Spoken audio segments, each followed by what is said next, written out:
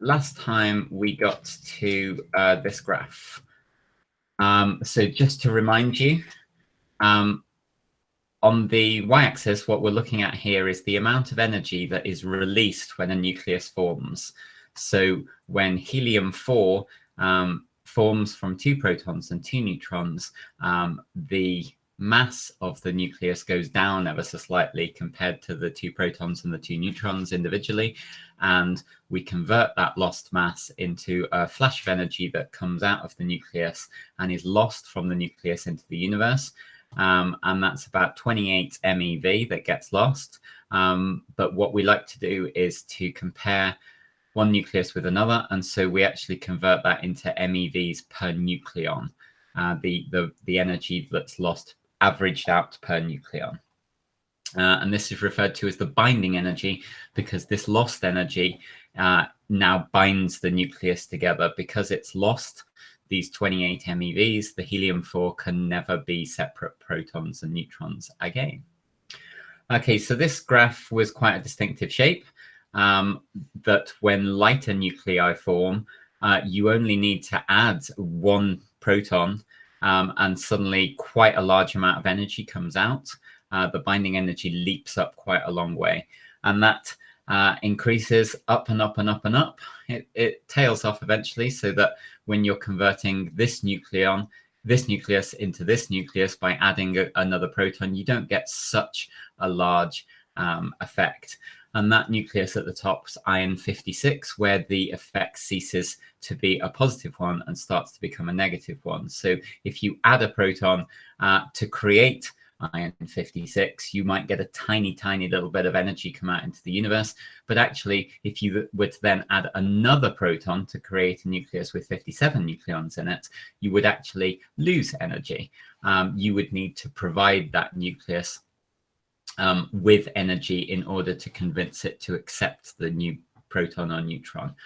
And in actual fact, fusing materials beyond iron 56 does actually require a net input of energy from the universe.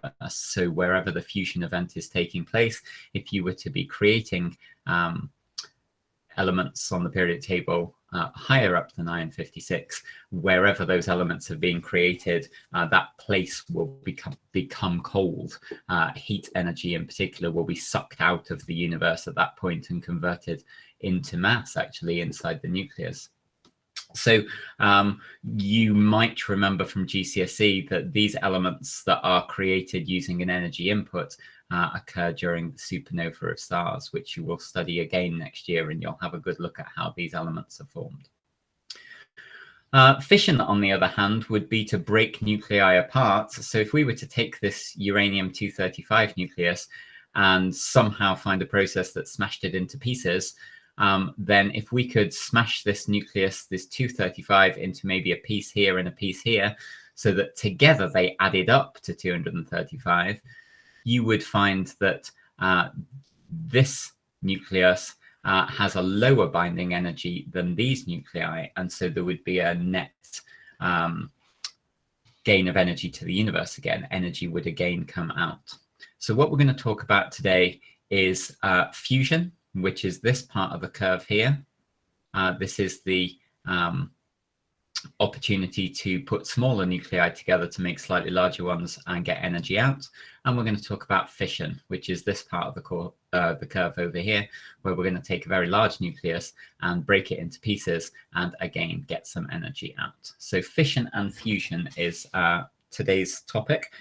And I already know that you know what fission and fusion are, and you know a little bit about it. So what you need to appreciate from the start is that we're going to talk about A-level fission and fusion now. We're going to talk about things that maybe we didn't talk about at GCSE. So some of that is going to be calculation, and some of it is going to be descriptive in words. So let's make a start with fusion. So like I said before, it's the left-hand side of the curve that we're talking about. Okay, so that bit you should partially already know as a definition. Nuclear fusion is the joining together of 2 smaller nuclei to form a larger one. And as I just said to you, that if we do this anywhere up to the formation of iron 56, excuse me, there will be a net release of energy into the universe. And that's because it's always called a daughter nucleus, that the product, the daughter nucleus will have a higher binding energy. It will be higher up that curve than the original nuclei did. And we can do a calculation about that. And I'm going to leave you at the end of today's lesson with some practice calculations to do. So here's a kind of trial run. Here is an example fusion reaction. So this is two identical nuclei of helium-3. So that's 2 protons and a neutron. Remember, the most common isotope of helium is helium-4, but this is helium-3. It exists as well. And helium-3, when it collides with another helium-3 nucleus, is able to fuse together to produce helium-4. And then there are a couple of protons left over at the end that are left free. So this is a really important fusion event that happens in stars, and we'll talk more about that in a minute. But we can ask how much energy comes out of this process. So let's have a little look at the calculation. So if I tell you that from the graph, the binding energy per nucleon of helium-3 is 2.6 MeV, you need to imagine in your mind that you are going to invest a little bit of energy breaking the helium-3 back up into its constituent nucleons. So in order to it's kind of like Lego. You want to think of the helium-3 as 2 protons and a neutron, and you want to get your protons and neutrons back so that you can recombine them into a different formation. So first of all, the thing you need to do is inject a little bit of energy to free your particles again. So it's 2.6 MeVs per nucleon. Helium-3 has got 3 nucleons, so you need to provide 3 lots of 2.6 to break apart the first helium nucleus, and then you need to provide another 3 lots of 2.6 MeV to break apart the second nucleus. So altogether, that's going to add up to 15.6 MeV. And that's the amount of energy that you are going to have to put into this process in order to make it work. Okay, and then once you have, you're then going to take your 6 protons, sorry, your 4 protons and your 2 neutrons, and you're going to recombine them together back into helium-4. Now, helium-4 has a binding energy of 7.1 MeVs per nucleon, and helium-4 has 4 nucleons. So you need to multiply the 7.1 by 4, and that gives you 28.4 MeVs. We don't need to worry about the 2 protons because the 2 protons are free.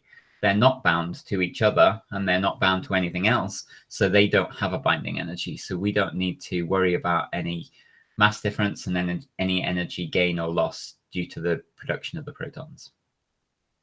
And you will note that we had to inject 15.6 MeV to break the left-hand side of the equation apart, but we gained 28.4 MeV when the right-hand side of the equation formed, and therefore that's a net gain of 12.8 MeVs per fusion event.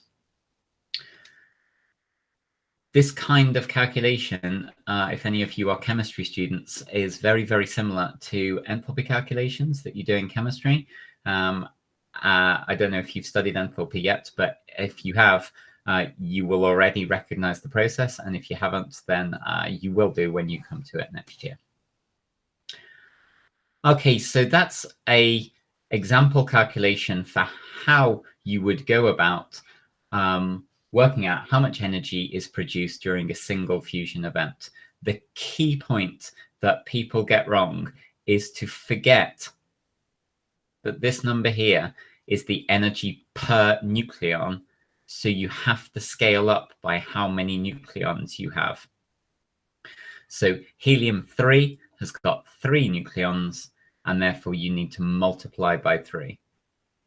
Helium-4 has 4 nucleons, and therefore you need to multiply by 4.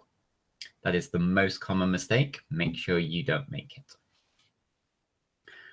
Okay, let's follow this through. I said that this was an important fusion event in stars, so let's have a little think about that. 12.8 MeV is a very small amount of energy, but get this, it takes place a staggering 10 to the 38 times every single second in the core of the sun. That's 100 billion, billion, billion, billion fusion events every single second in the core of the sun. So that's not 12.8 MeV, that's 12.8 times 10 to the 38 MeV per second. And even if you multiply by the 10 to the minus 19 to get back to joules, you're going to be looking at something like 10 to the 25, 10 to the 26 watts, 10 to the 26 joules per second coming out of the core of the sun. That's just a staggering amount of energy, but it is actually the energy that is observed to be coming out of the sun. 10 to the 26 joules per second. And this very process, the production of helium-4 from helium-3, is the process that powers stars. It's the most important fusion event that you can learn about. So much so that it's got itself a name. It's called the proton-proton chain. And here is the basic idea. Initially in the sun, which is 80% hydrogen, and remember, it's a plasma of hydrogen because it's so hot. The core of the sun's at about 3 million degrees. You'll study stars next year, but you might remember that from GCSE. So the temperature in the core of the star is so hot that the electrons are free from their protons. So it's not really hydrogen. It's kind of a soup of electrons and protons. But 80% of it is just naked protons individually on their own. The other 20% is helium. And they have an incredible amount of kinetic energy, these protons. And the core of the star is very, very dense because gravity has pulled the star together, and there are a lot of protons very near to each other in the core of the star. And they're moving very, very fast, which means that when they head towards each other, even though they're repelling each other, the repulsion decelerates them as they fly together, but they've got so much speed, so much kinetic energy from the temperature that they do manage to get close enough together. And if you remember from last week, that magic stable equilibrium point in the strong nuclear force graph, they have enough kinetic energy to make it to that equilibrium point and let the strong nuclear force bind them together. When that happens, the two protons form together, and they can't actually stay together. Two protons aren't actually a stable solution for the strong nuclear force. The Coulomb repulsion is quite strong still, and the two protons find it difficult to bind. You can do it, but it's very short-lived. It's not a stable state. What the universe always tries to do is minimize its amount of energy in any one place, and it turns out to be more energetically stable if one of the protons converts into a neutron. Now, you're already familiar from year 11 with the concept of neutrons turning into protons, because that's what radioactive beta decay is, if you remember. This is the other way around. A proton has turned into a neutron, and we will need to talk about that, and we will spend a couple of weeks talking about beta decay and radioactive decay in general. But we just for now need to park the idea that it is possible for a proton to turn into a neutron. However, as with beta decay, something needs to come out to balance the charges, if nothing else. So if a proton has turned into a neutron, there's some positive charge that's gone missing somewhere. So you can see that in this equation, there is also an item that is labeled an E, but with a +1. So if you have read anything about particle physics, I'm sure many of you have, you might recognize the phrase positron. But if you haven't read about that, then you won't have heard of that. But it's an electron-like particle. It's called a positron because it's positive instead of negative. and we will be studying that next week as well. So if you've never heard of a positron before, you will do on Monday. Also in this equation is the Greek letter nu, Nu. It looks like a kind of curly V. And again, if you've read anything about particle physics, you might recognize that nu represents another particle called a neutrino. And if you've not heard of neutrinos before, again, fear not, you will meet them on Monday. For now, don't worry about the positron and the neutrino. Just focus on the fact that the two protons have combined together to produce helium-2. The helium-2 then floats around, sorry, the hydrogen-2 then floats around inside the same soup of protons. And it's not long before the newly forged hydrogen-2, one proton, one neutron, collides with another one of the protons that's in the core of the sun.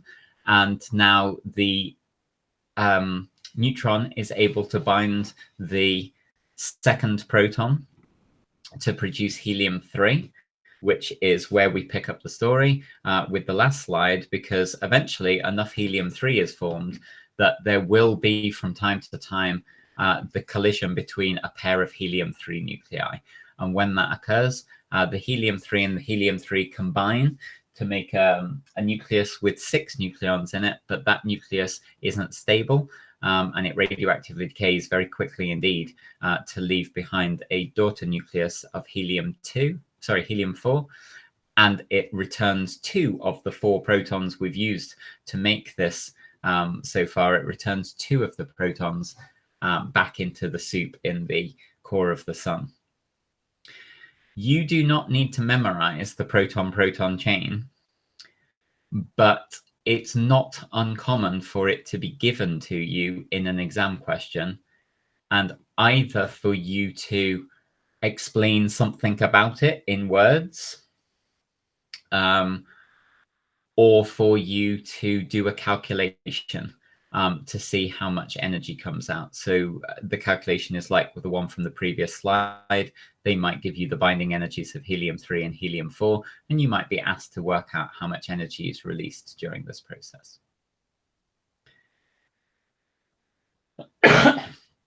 Before we move on, I just want to take a moment, I'm sure to Josh's delight, to talk about fusion.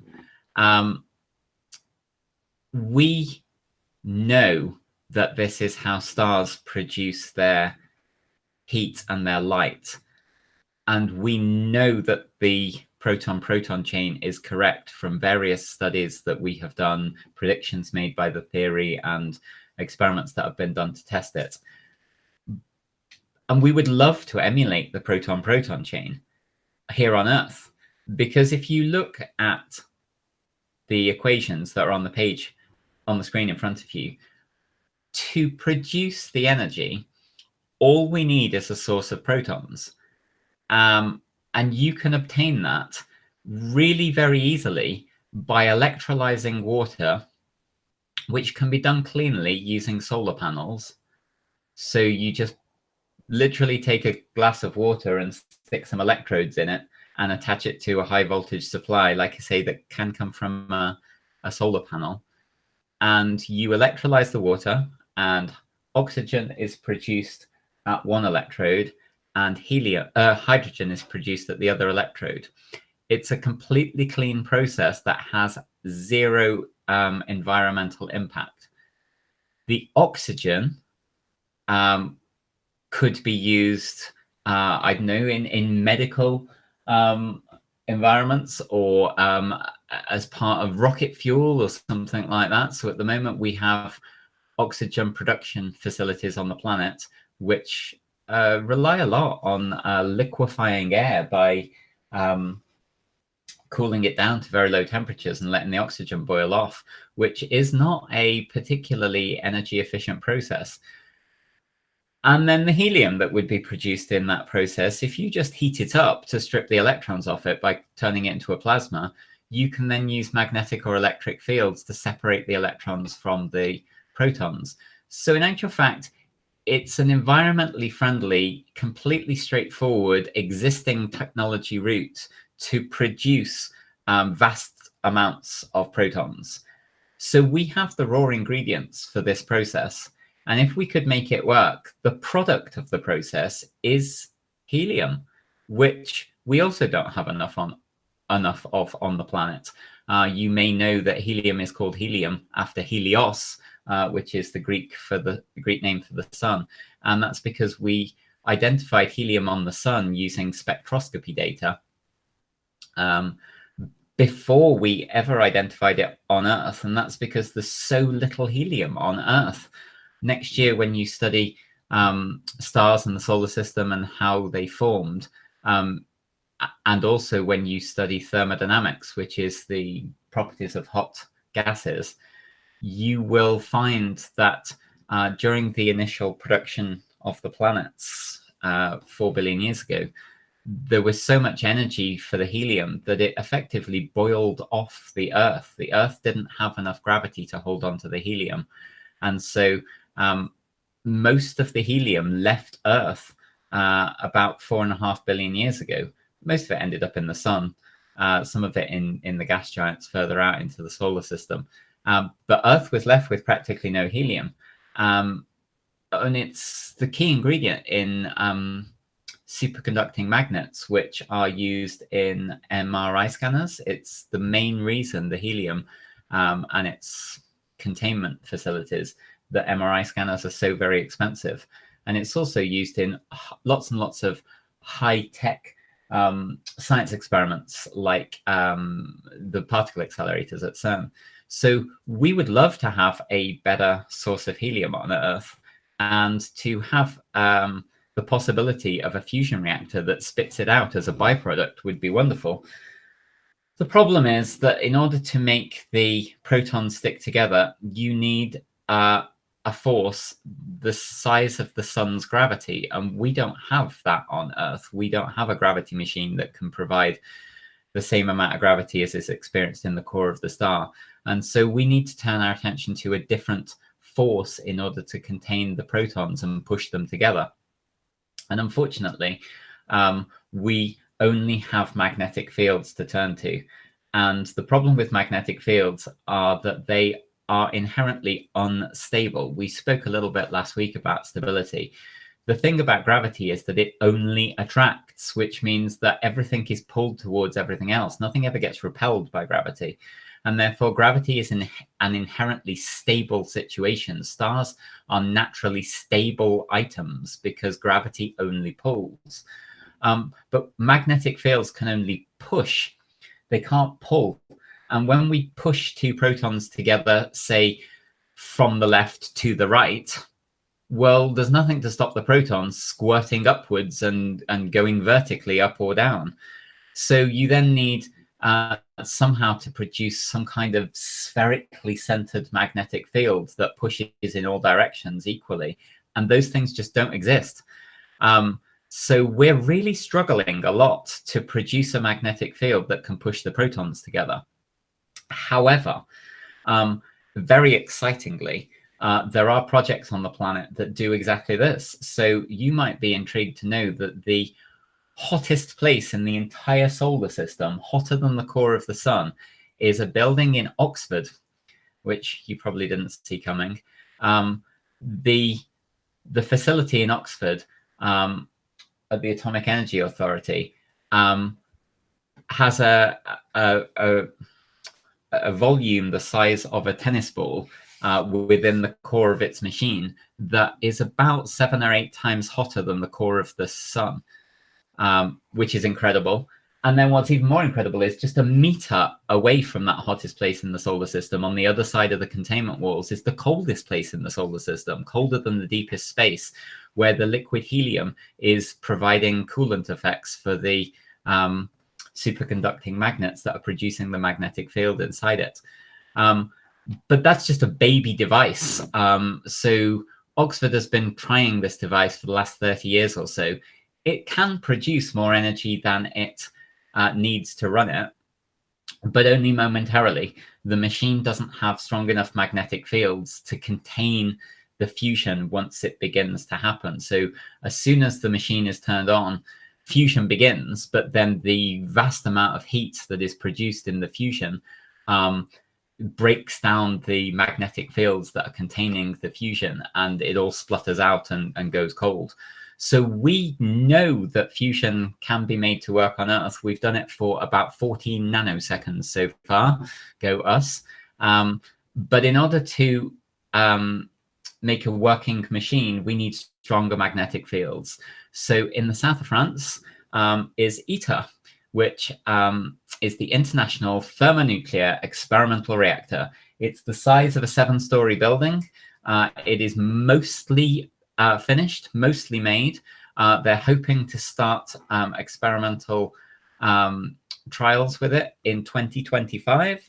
And the goal is that it would come online as a working fusion reactor, clean, free energy with no environmental impact, using only water as its fuel in 2035, which is well inside your lifetime. And interestingly, 2025 is the year that you would graduate with a PhD if you chose to go in that direction. So you could join these people at ITER and try to provide the world with its first limitless, clean energy. And you would literally transform this planet in a way that hasn't been seen since the Industrial Revolution of the 18th century.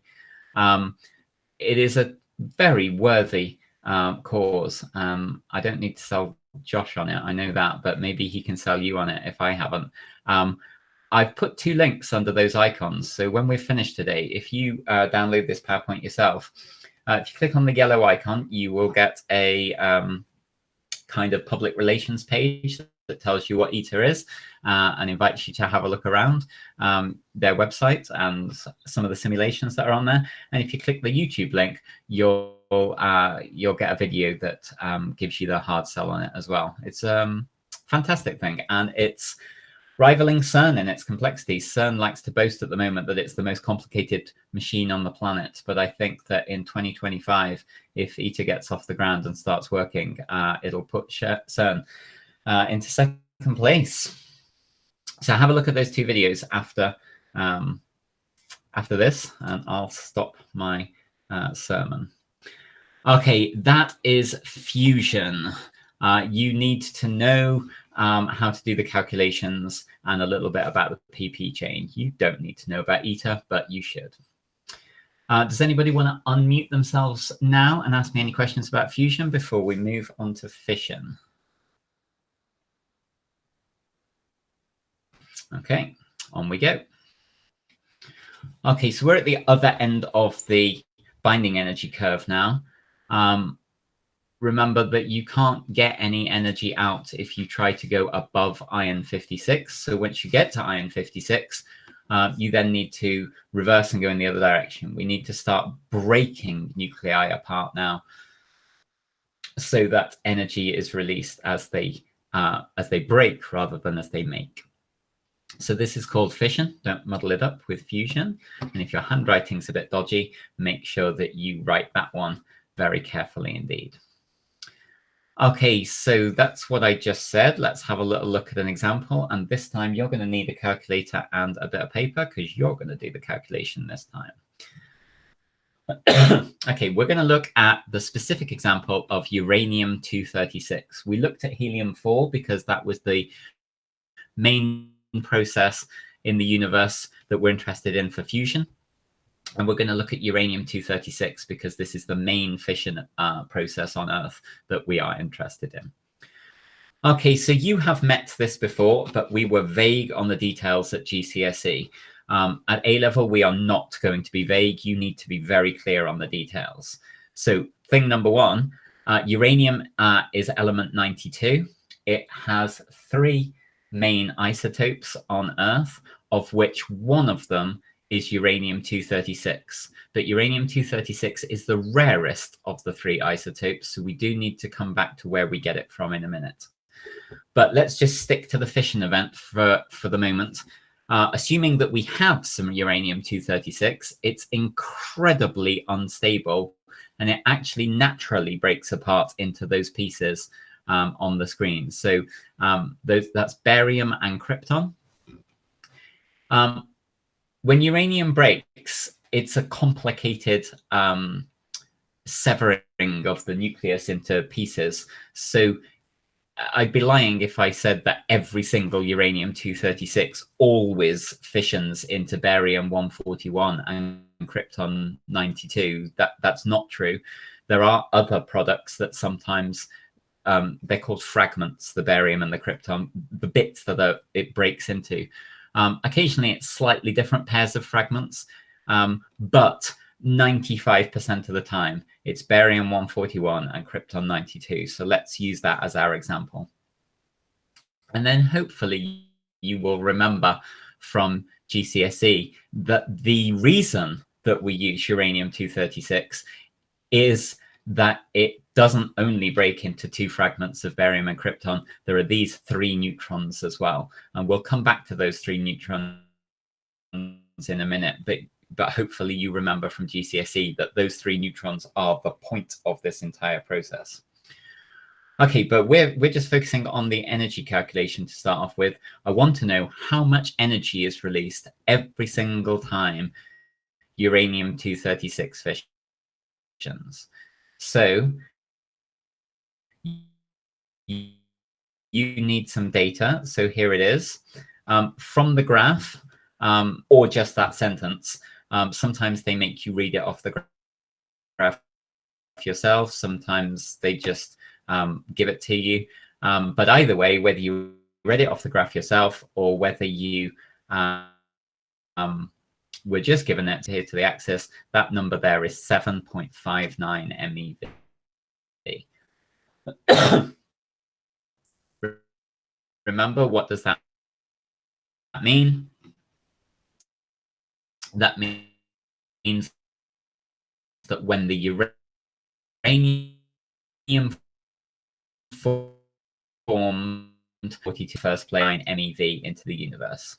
And if you want your protons and neutrons back, you've got to put in 236 lots of 7.59 to break them apart.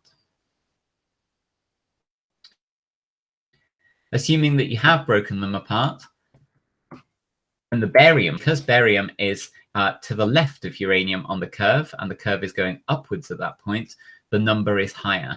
So when uranium-236 forms, each nucleon releases 7.59 MeV, but when barium forms, every one of those 141 nucleons releases 8.33 MeV. And then for the krypton, that's even further along the curve. So each one of those 92 nucleons releases 8.51 MeV. And you can see straight away, 92 plus 141 is just shy of 236. We're just missing the three neutrons, but let's not worry about the three. You've got 233 times big numbers multiplied by 236 multiplied by a small number. So you can already see just intuitively that there's going to be more energy that comes out than goes in. What you need to work out for me, please, is how much extra energy comes out. And just before you start, just to point out, just to be clear, remember the three neutrons are free neutrons. They're not bound, and therefore they don't have a binding energy. Right, I am going to give you 3 minutes to calculate the energy released in a single uranium-236 fission event. See how you go.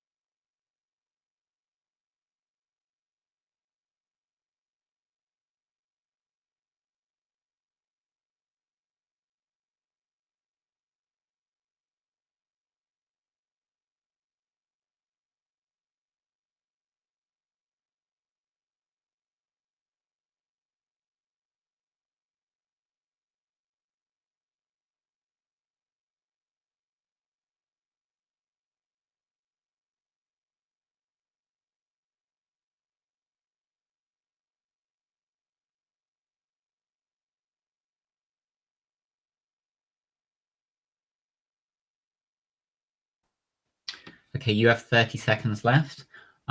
If I could just ask, one of you has not signed the chat console. If you could just sign in for me, please, at some point.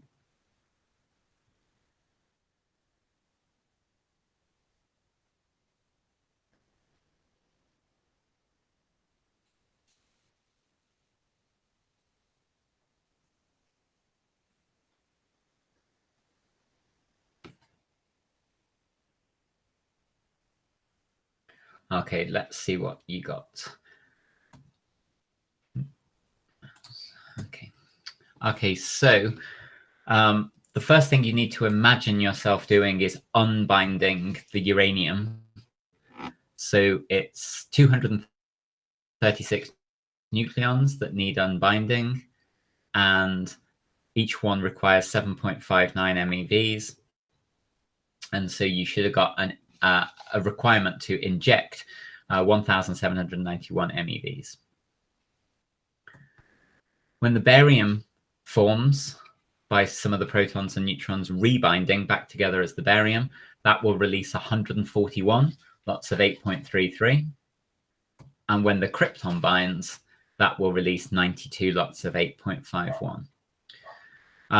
And so the barium and the krypton is coming out, but the uranium was energy put in. So you need to add up the two lots that came out and then subtract off the energy that you had to put in. I think I've rounded to 3 sig fig with those last calculations. So it should round to 167 MeV, whatever it was you got. Just a note while I'm thinking about it, I remember what previous students have asked me in the past. Sometimes the question comes up that there are 236 nucleons. And so if you imagine unbinding them one at a time, so you pull off nucleon 236, then you pull off nucleon 235 and 234 and 233, eventually you get down to just 2 nucleons, at which point you unbind one of the nucleons and leave the other one free, and therefore the last nucleon doesn't actually need unbinding. So sometimes the question arises, actually, aren't we only unbinding 235 nucleons and we get the 236th one for free? And yes, all of that is true, but we have taken our 7.59 to be a number that has been averaged out by design over all 236 nucleons. So you do have to multiply by 236 just because we divided by 236 when we created the 7.59 in the first place. So hopefully that hasn't confused you if you weren't confused in the first place, but some of you might have been thinking it. Okay, so where does the 167 MeV go? Well, most of it, 90% of it, maybe even more, will just be the kinetic energy of the products. So the krypton and the barium and the 3 neutrons, they will carry away the vast amount of energy just as kinetic energy. It won't actually be released into the universe as any kind of electromagnetic radiation or anything like that. Nearly all of it is kept as kinetic energy. And so in a moment when we start talking about fission reactors, we're going to have to think about if we're going to take that 166 MeV per event, actually we're harvesting it from the kinetic energy of the matter, of the nuclei. We don't have to catch it as electromagnetic radiation. However, around about 10% of it is electromagnetic radiation, and it comes out as gamma ray photons. And as you will know by now, gamma ray photons are lethal to humans. And so it is really important that when these fissioning events are going on, no people are anywhere nearby, because that 10% of energy that's released as gamma ray photons would be lethal. You can't have people working anywhere near fissioning uranium. and everything is done using robotic arms. And the people are a good 100 meters away at least. They don't want to be anywhere near the gamma flux that's coming out of a nuclear reactor. I've mentioned that word on the screen again, neutrinos. Just don't worry about those until Monday. I'll go over them then. Okay, so that's a demonstration by calculation that energy is released when uranium-236 fissions. What we're now going to turn our attention to, I think it's 2 or 3 slides left.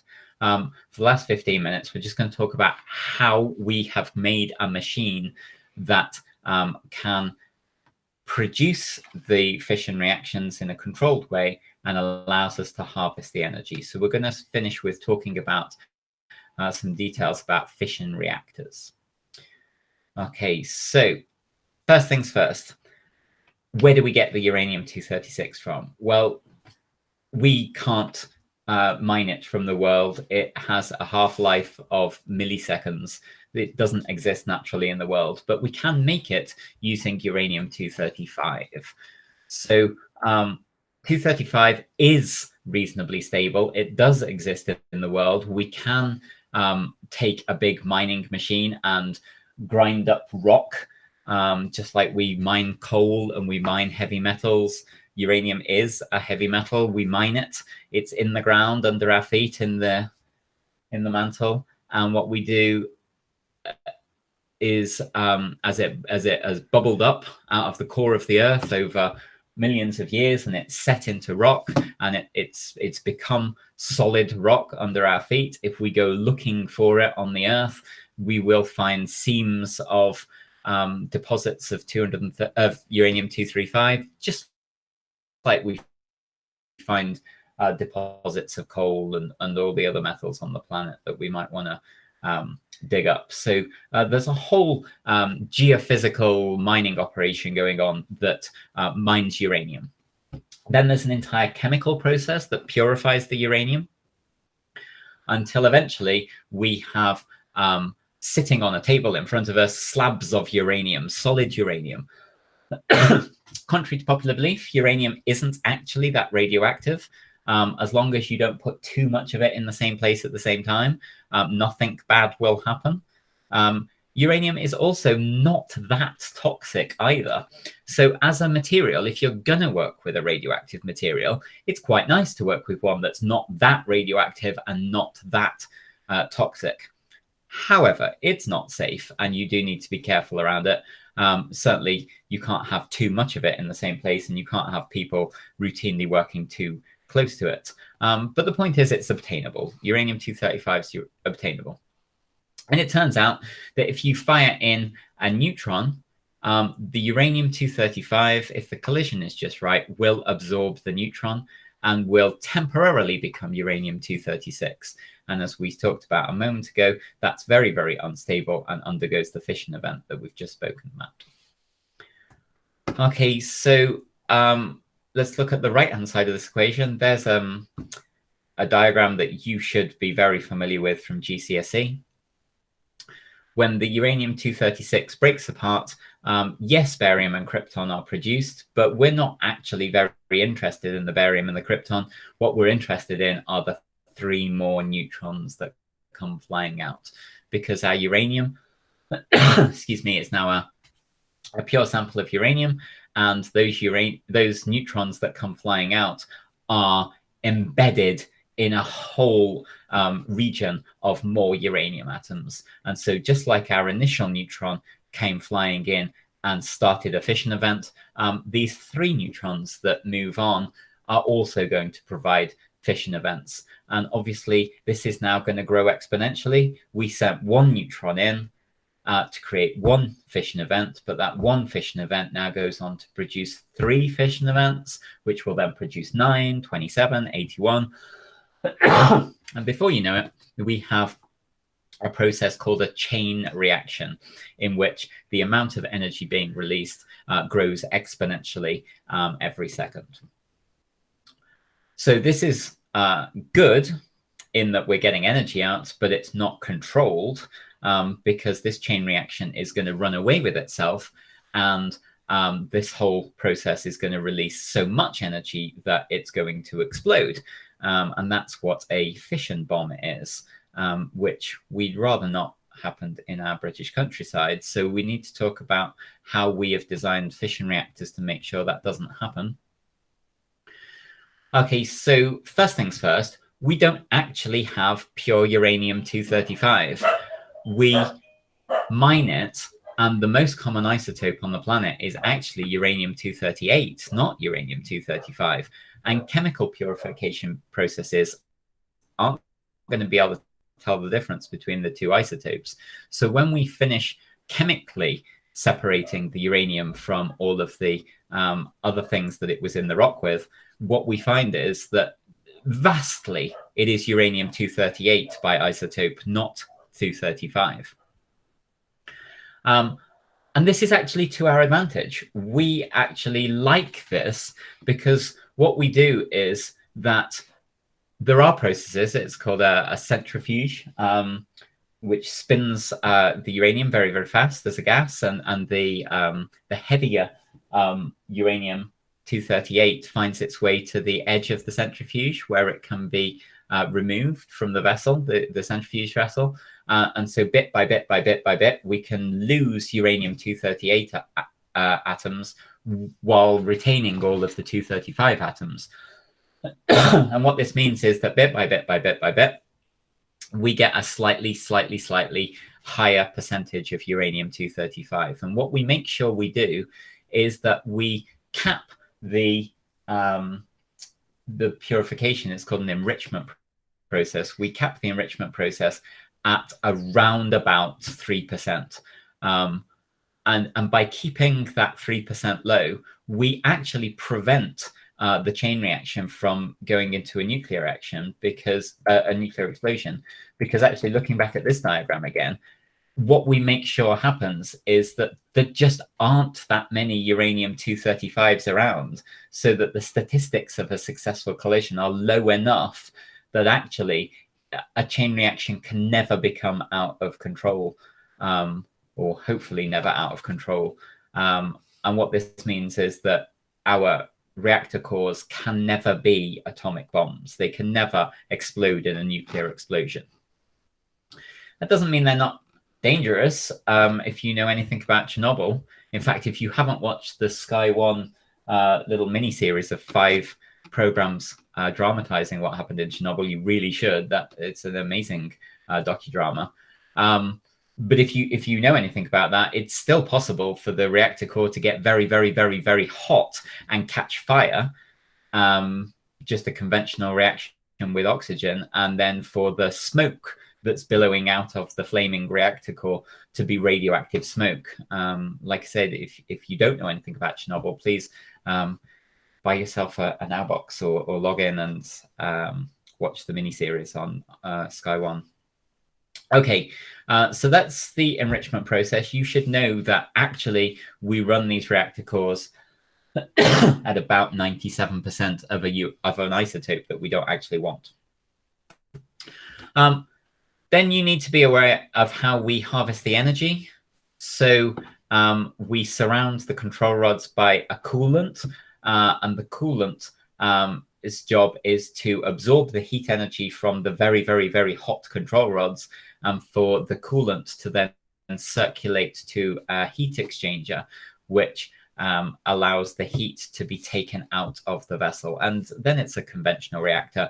We use the heat, a conventional power station. We use the heat to boil water into steam, and steam turns a steam turbine to produce electrical energy, which we will do when we do electromagnetism next year. And then you should also be aware of the fact that actually the neutrons that we fire in to start the chain reaction in the beginning are traveling quite quickly, but not too quickly. If you send the neutrons in traveling with too much kinetic energy, they're more likely to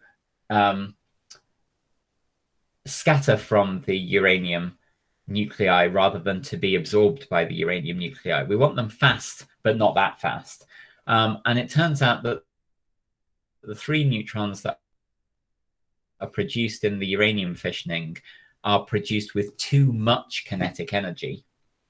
And they routinely leave their own control rod without being absorbed by any uranium atoms because they're just traveling too fast.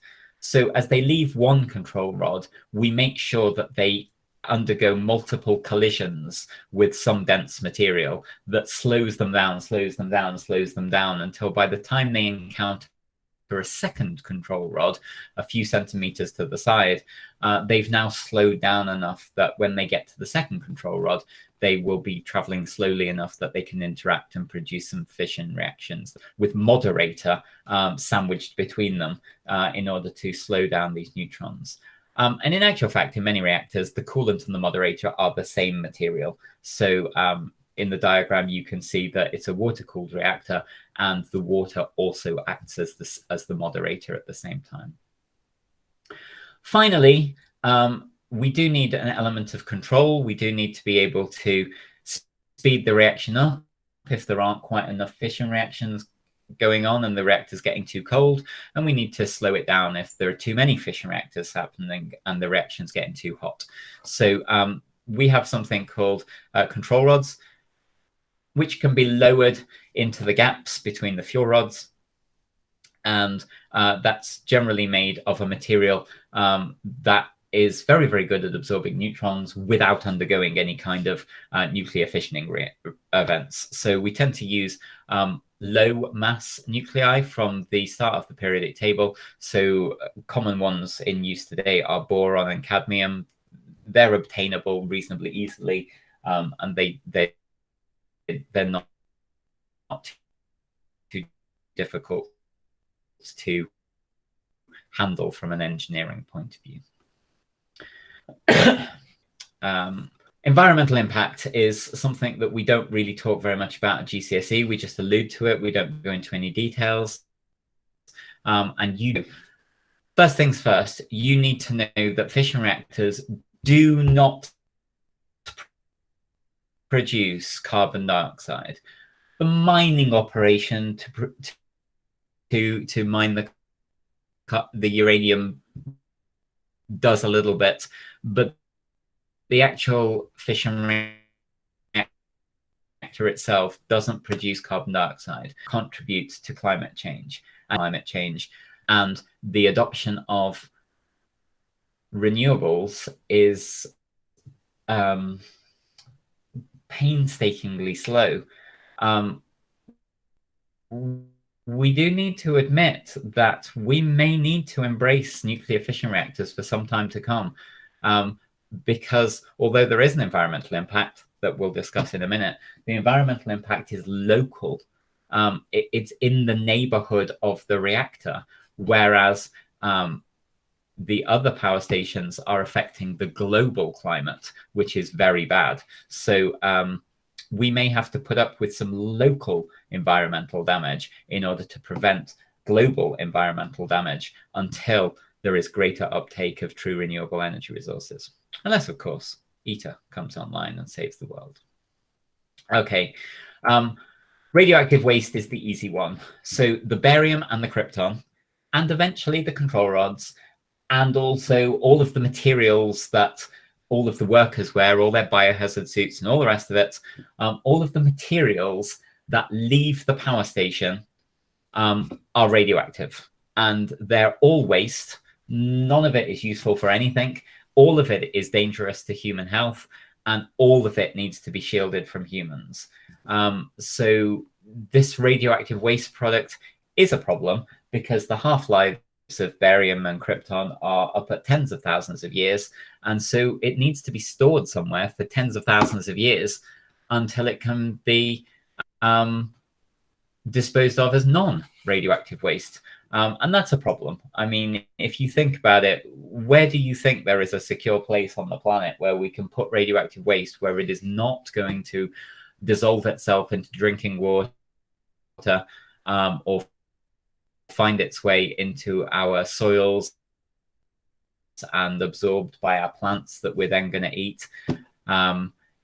radioactive waste is a problem. If you're a country like America and you have large interior deserts where nobody really lives, then you can probably get away with burying it in the ground. But if you're a country like the UK, where we're densely populated and we don't have anywhere where nobody lives, then, well, you might like to... but the biggest thing that you need to be aware of at A-level is about the production of plutonium. This isn't something we discuss at GCSE, but it is something you need to know about at A-level. While we are happily bombarding our uranium-235 with neutrons, I just told you that 97% of it wasn't actually uranium-235. And some of the neutrons, many of the neutrons, actually collide with the uranium-238. And while this is good in the sense that it prevents a runaway chain reaction for the 235, it is happily converting uranium-238 into uranium-239, which, just like 236, is very unstable and immediately decays. And it produces some intermediaries, but eventually it ends up producing plutonium. Plutonium is not a nice material. Unlike uranium, it is exceptionally toxic. Plutonium is up there on the list of the world's most hated chemicals. And the fact that nuclear reactors produce plutonium is a terrible thing. It's also got a very, very long half-life in tens of thousands of years. There is little we can do with plutonium. It is exceptionally dangerous, and it will be exceptionally dangerous for the best part of 20,000 years. There are some technologies that attempt to do something with the plutonium. There's a type of nuclear reactor that attempts to do fission reactions with plutonium in order to use it up and get rid of it. And it works. These reactors are fully functioning things. They work, but we have a machine all over the planet now using plutonium, which is this horrendously toxic material that nobody wants to handle. And it's not a good state of affairs at all. But we've been painted into a corner a little bit. It doesn't produce climate change. And as long as locally you have the right procedures in place, locally you shouldn't have an environmental problem. But of course, nobody plans for disasters. And should anything go wrong with a plutonium reactor, that's not a good state of affairs at all. So fission reactors definitely fill their role in society, but if we had a choice, we'd switch to fusion reactors. Okay.